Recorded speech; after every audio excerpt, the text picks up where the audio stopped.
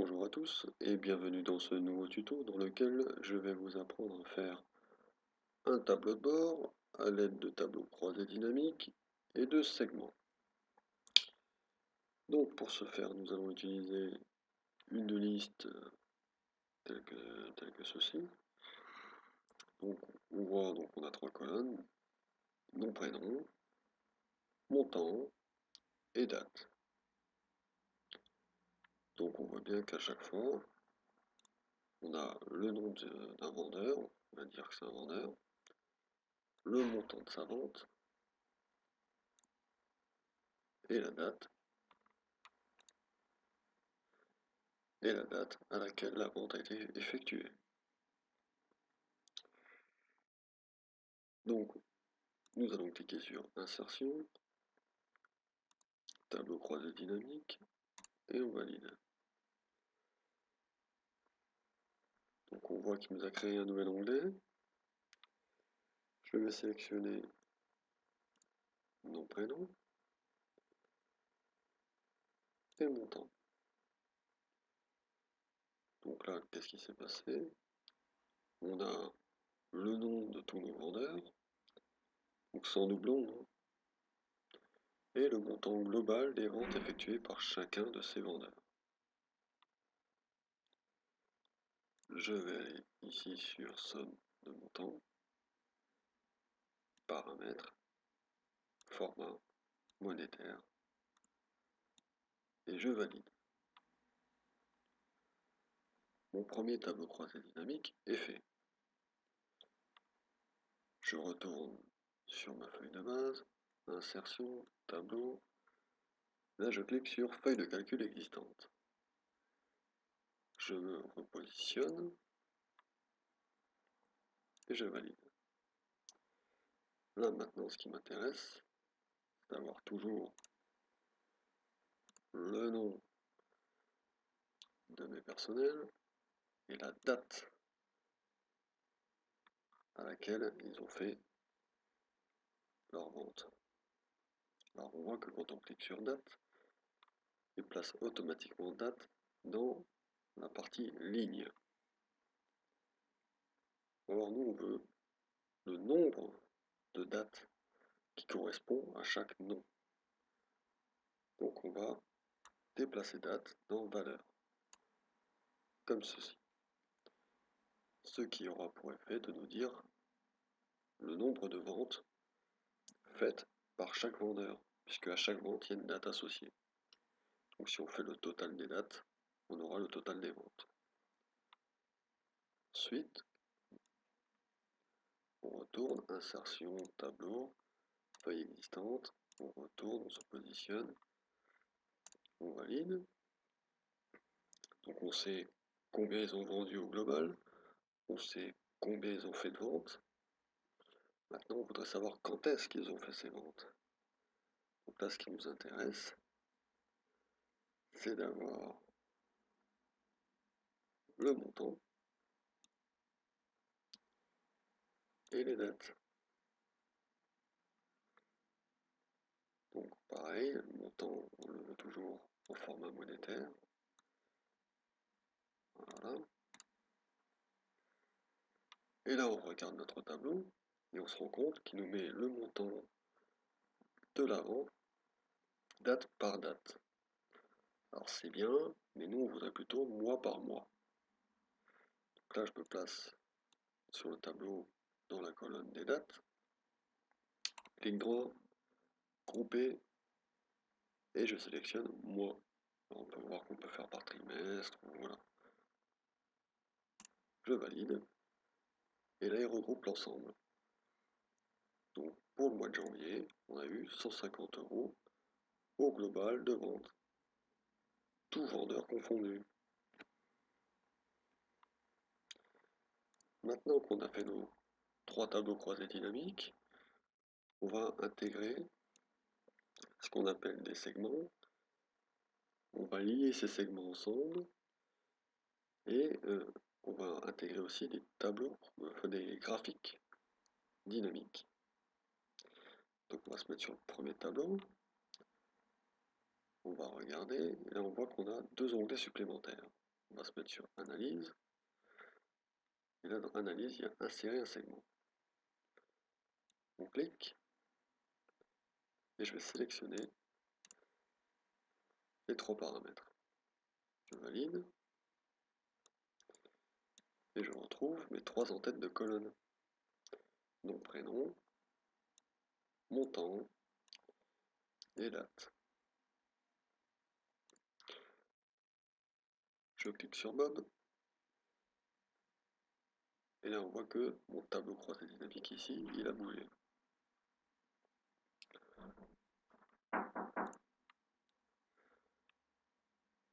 Donc, comme je le disais, on clique donc sur Bob et on voit que le tableau croisé a bougé. Mais les autres n'ont pas bougé. Pourquoi? Parce qu'ils ne sont pas encore associés.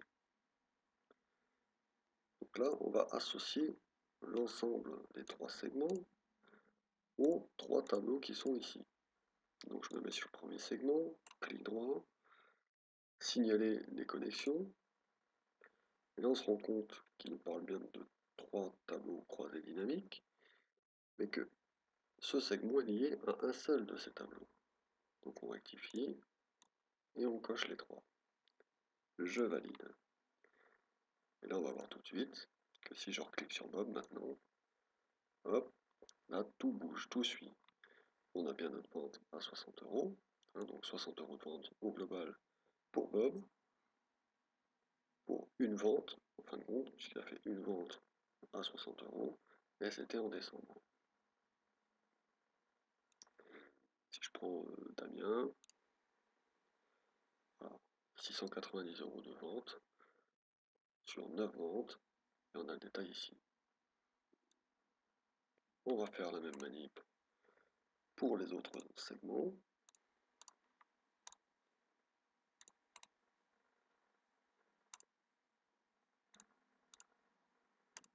Voilà. Et là, tous les segments sont liés au tableau. Donc si je veux l'ensemble des ventes à 10 euros, je clique sur 10 euros. On voit qu'elles ont été faites en février, en mars et en mai. Que c'est donc Damien, Fred, Lucien et Serge qui ont fait ces ventes. Et on a les montants. Ok. Donc maintenant qu'on a ces segments, on va les prendre, on va les couper et les coller dans une nouvelle feuille. Comme ceci. Voilà. C'est joli, c'est magnifique. Donc on va essayer de faire quelque chose d'un petit peu cohérent, esthétiquement parlant. Sans faire du grand art non plus, hein, c'est pas le but, mais bon.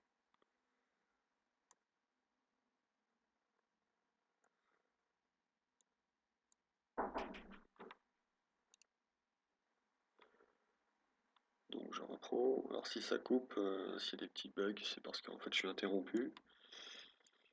Je m'en excuse. Mais parfois on ne peut pas faire autrement. Donc là, petite option supplémentaire. Voir qu'on peut rajouter des colonnes. Voilà. Qui va permettre de changer l'esthétisme de notre segment. Une fois qu'on a intégré nos segments, on peut voir que si je clique ici, Serge, j'ai le montant de ses ventes, les dates, et ici, ça suit sur les tableaux croisés. Même si je ne suis pas sur la même feuille. Donc maintenant qu'on a intégré nos segments, on va intégrer les graphiques. On retourne sur Analyse, Graphique.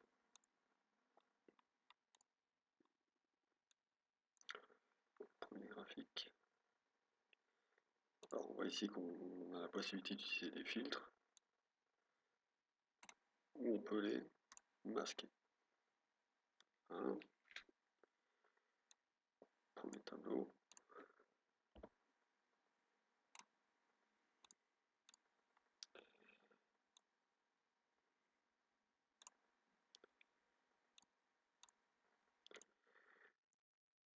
Deuxième graphique.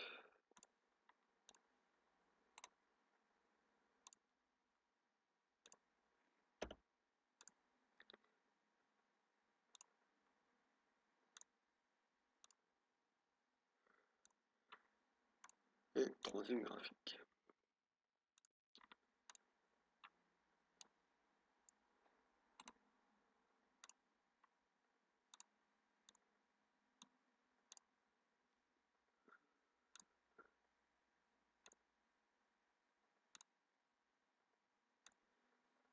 Voilà, donc on a nos trois graphiques. Je vais les sélectionner, couper, je vais ici et je les colle.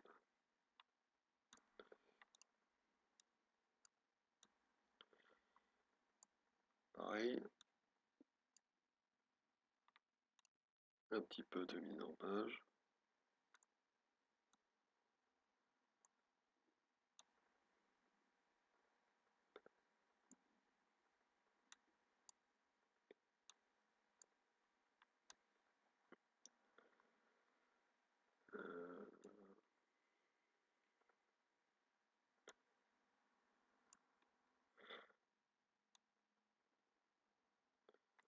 Je vous fais quelque chose de très basique.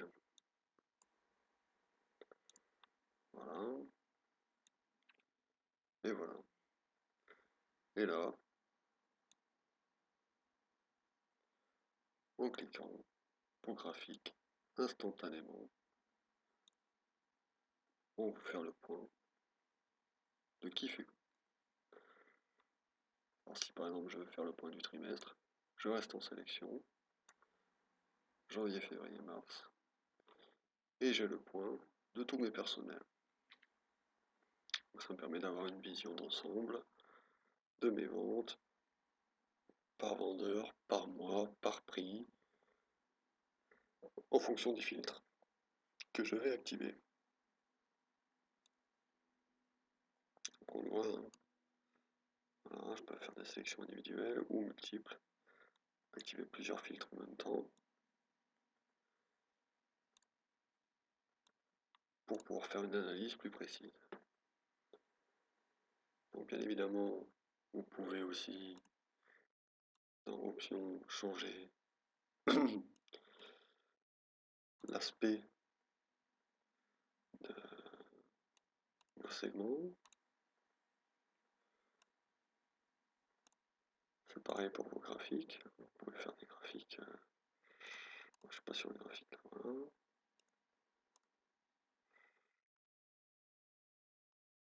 Des choses un petit peu plus. Voilà.